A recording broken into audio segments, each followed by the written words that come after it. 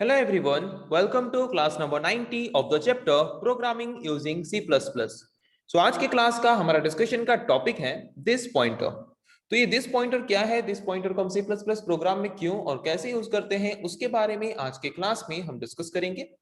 तो जैसे कि पॉइंटर के बारे में हम जानते हैं कि पॉइंटर क्या है। पॉइंटर एक ऐसा वेरिएबल है जो कि और एक वेरिएबल के एड्रेस को होल्ड करके रखने के लिए हम यूज करते हैं, या फिर पॉइंटर एक ऐसा ऑब्जेक्ट है जो कि बाकी ऑब्जेक्ट के एड्रेस को होल्ड करके रखने के लिए हम यूज कर सकते हैं। बट ये दिस पॉइंटर क्या है, दिस पॉइंटर को हम क्या क्यों यूज करते हैं? तो दिस पॉइंटर एक कीवर्ड है या फिर एक रिजर्व्ड वर्ड है जिसका काम क्या है, जिसका काम ये है कि हम प्रोग्राम को एग्जीक्यूट करते वक्त अभी जिस ऑब्जेक्ट को हम यूज कर रहे हैं उस पर्टिकुलर ऑब्जेक्ट के एड्रेस को पॉइंट करने के लिए या फिर उस पर्टिकुलर ऑब्जेक्ट के एड्रेस को होल्ड करके रखने के लिए हम यूज करते हैं जिस तरह के प्रीडिफाइंड पॉइंटर को, उस पॉइंटर को हम बोलते हैं this pointer. Okay, so this pointer का काम क्या है? The this pointer holds the address of the current object. मतलब करेंटली अभी हम जिस ऑब्जेक्ट को यूज कर रहे हैं कुछ ऑपरेशंस परफॉर्म करने के लिए, उस पर्टिकुलर ऑब्जेक्ट के एड्रेस को होल्ड करके रखने के लिए हम जिस तरह के पॉइंटर को यूज करते हैं उस पॉइंटर को हम बोलते हैं दिस पॉइंटर। इस तरह का पॉइंटर हमें कोई भी डिक्लेयर करने की जरूरत नहीं होती। जब भी हम एक पर्टिकुलर क्लास का ऑब्जेक्ट क्रिएट करते हैं और उस ऑब्जेक्ट को यूज करके अगर कोई भी मेंबर फंक्शन को हम कॉल करते हैं तो ये पॉइंटर क्या होता है, automatically implicitly as a argument pass हो जाता है उस मेंबर फंक्शन के पास, और उस मेंबर फंक्शन के अंदर उस पॉइंटर को यूज करके हम क्या कर सकते हैं, उस पर्टिकुलर ऑब्जेक्ट के किसी भी एड्रेस, किसी भी मेमोरी लोकेशन में जो भी डाटा है उसको हम इजीली एक्सेस कर सकते हैं। ओके, इन सिंपल वर्ड्स में हमें बताया गया है कि क्या है this pointer. We can say that this pointer points to the current object of the class. एक पर्टिकुलर क्लास का जो करंट ऑब्जेक्ट है, जिस ऑब्जेक्ट को यूज करके हम कुछ फंक्शन को कॉल कर रहे हैं। सपोज मैं यहाँ पे ओबीजे ऑब्जेक्ट को यूज करके गेट डाटा फंक्शन को क्या कर रहा हूँ, गेट डाटा फंक्शन को कॉल कर रहा हूँ। तो यहाँ पे करेंटली हम किस ऑब्जेक्ट को यूज कर रहे हैं, ओबीजे। तो इस पर्टिकुलर ऑब्जेक्ट के एड्रेस को होल्ड करेगा जो पॉइंटर, उसको हम क्या बोलेंगे, this pointer.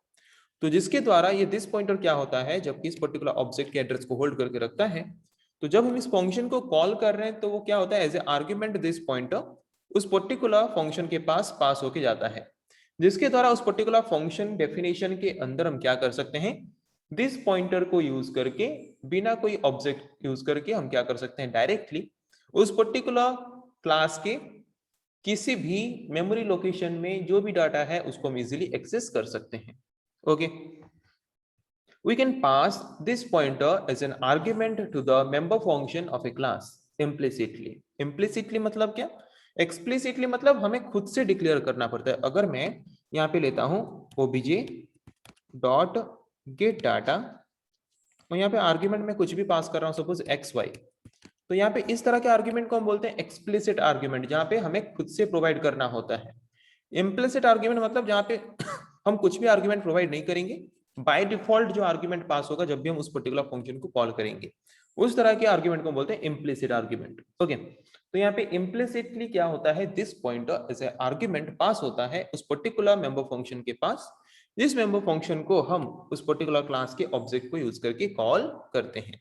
Okay, we can pass this pointer as an argument, वही लिखा है, हम पास कर सकते हैं दिस पॉइंटर को आर्ग्यूमेंट के हिसाब से, किसको, मेंबर फंक्शन को, उस पर्टिकुलर क्लास का, जिस पर्टिकुलर क्लास के ऑब्जेक्ट को हम यूज करके उस मेंबर फंक्शन को कॉल कर रहे हैं, जिसके द्वारा क्या होगा कि जब हम एक पर्टिकुलर ऑब्जेक्ट को यूज करके उस मेंबर फंक्शन को कॉल करेंगे तो उस मेंबर फंक्शन के अंदर हम क्या कर पाएंगे, उस पर्टिकुलर दिस पॉइंटर को यूज करके उस पर्टिकुलर ऑब्जेक्ट के किसी भी एड्रेस को हम एक्सेस कर सकते हैं, किसी भी एड्रेस में स्टोर किए गए डाटा को इजीली एक्सेस कर सकते हैं by using that this pointer.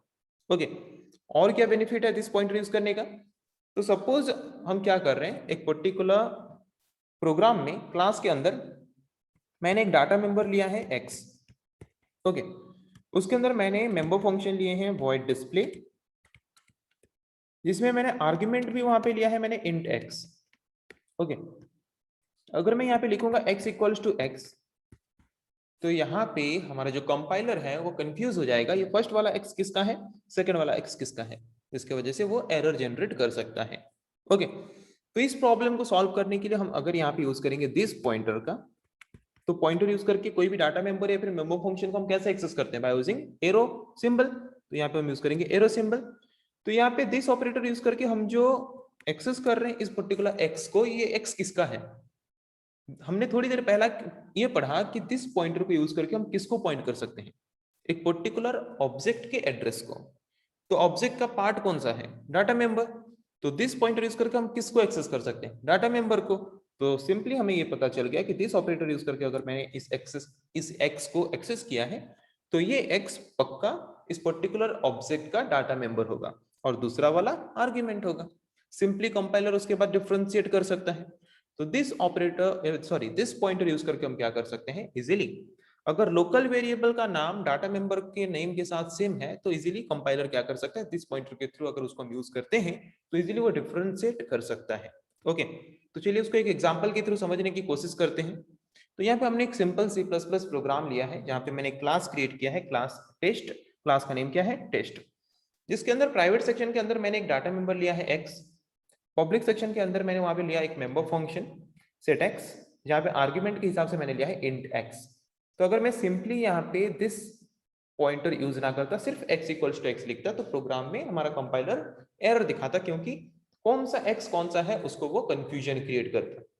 तो उस प्रॉब्लम को सॉल्व करने के लिए हम क्या यूज करते हैं? दिस पॉइंटर को यूज कर सकते हैं, क्योंकि दिस पॉइंटर एक ऐसा पॉइंटर है जो कि एक पर्टिकुलर ऑब्जेक्ट को यूज करके जब भी एक मेंबर फंक्शन को कॉल करते हैं तो वो इम्प्लिसिटली एज ए आर्ग्यूमेंट उस पर्टिकुलर मेंबर फंक्शन के पास होके आ जाता है, जिसके द्वारा उस पर्टिकुलर पॉइंटर को यूज करके उस पर्टिकुलर क्लास के किसी भी मेमोरी लोकेशन को एक्सेस कर सकते हैं, चाहे वो कोई डाटा मेंबर का मेमोरी लोकेशन हो या फिर कोई मेंबर फंक्शन का मेमोरी लोकेशन हो।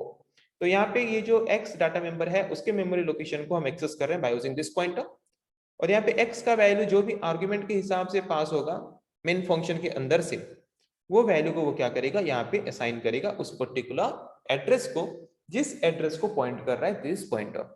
ओके, उसके बाद हम यहाँ पे प्रिंट फंक्शन यूज करके क्या कर रहे हैं? x का वैल्यू जो असाइन किया हमने x डाटा मेंबर को या फिर x डाटा मेंबर के एड्रेस को, उस वैल्यू को हम क्या करेंगे? एज ए आउटपुट यहाँ पे प्रिंट करेंगे बाय यूजिंग प्रिंट फंक्शन। फिर मेन फंक्शन के अंदर मैंने टेस्ट क्लास का ऑब्जेक्ट क्रिएट किया obj। फिर मैंने एक वेरिएबल यहाँ पे लिया x का वैल्यू मैंने असाइन किया 20। फिर मैंने x को as a argument set x function के पास कर लिया। तो यहाँ पे x वैल्यू को एज आर्गुमेंट पास करने के साथ साथ हम यहाँ पे दिस पॉइंटर को भी एज आर्गुमेंट पास करते हैं इम्प्लिसिटली, जिसके द्वारा उस पर्टिकुलर x डाटा मेंबर को हम एक्सेस कर सकते हैं। उसके एड्रेस को अगर हम एक्सेस करना चाहते हैं तो दिस पॉइंटर यूज करके हम क्या कर सकते हैं? उस पर्टिकुलर डाटा मेंबर के एड्रेस को एक्सेस कर सकते हैं। ओके, तो जैसे कि x ये एक मतलब जो कि डाटा मेंबर है एक पर्टिकुलर ऑब्जेक्ट के अंदर, ये उसका एड्रेस है, और ये दूसरा वाला x है ये क्लास के बाहर वाला मेमोरी लोकेशन रिजर्व कर रहा है। तो अगर मैंने यहाँ पे वैल्यू स्टोर किया है 20, इस वैल्यू को अगर एज आर्गुमेंट यहाँ पे पास करता हूँ तो मुझे क्या करना है? इस x वाले एड्रेस में स्टोर करना है। तो इस x वाले एड्रेस को हम कैसे एक्सेस कर सकते हैं? By using this pointer. This pointer use करके मैंने उस पर्टिकुलर x डाटा मेंबर के एड्रेस को पॉइंट किया। तो एड्रेस को पॉइंट किया, एड्रेस को पॉइंट करने के बाद x में जो वैल्यू है, जो x वेरिएबल में जो वैल्यू है, उस वैल्यू को मैंने असाइन किया उस पर्टिकुलर एड्रेस में। तो उस पर्टिकुलर एड्रेस में जाके कितना स्टोर हो जाएगा? 20। तो इसका मतलब उस पर्टिकुलर एड्रेस में अगर जाके x स्टोर हुआ 20, तो अगर हम x को यूज करके आउटपुट प्रिंट करना चाहेंगे तो आउटपुट कितना प्रिंट होगा? 20। तो यहाँ पे अगर x इक्वल्स टू x लिखेंगे तो x की जगह पे क्या प्रिंट करेगा? 20। ओके, तो आउटपुट क्या आएगा? x equals to 20। ओके, तो आज के क्लास में जिस टॉपिक के बारे में हमने डिस्कस किया, आई थिंक आप लोगों को समझ आ चुका है। नेक्स्ट क्लास में हम डिस्कस करेंगे ऐसे और कुछ टॉपिक्स के बारे में। आज के लिए इतना ही। Thank you.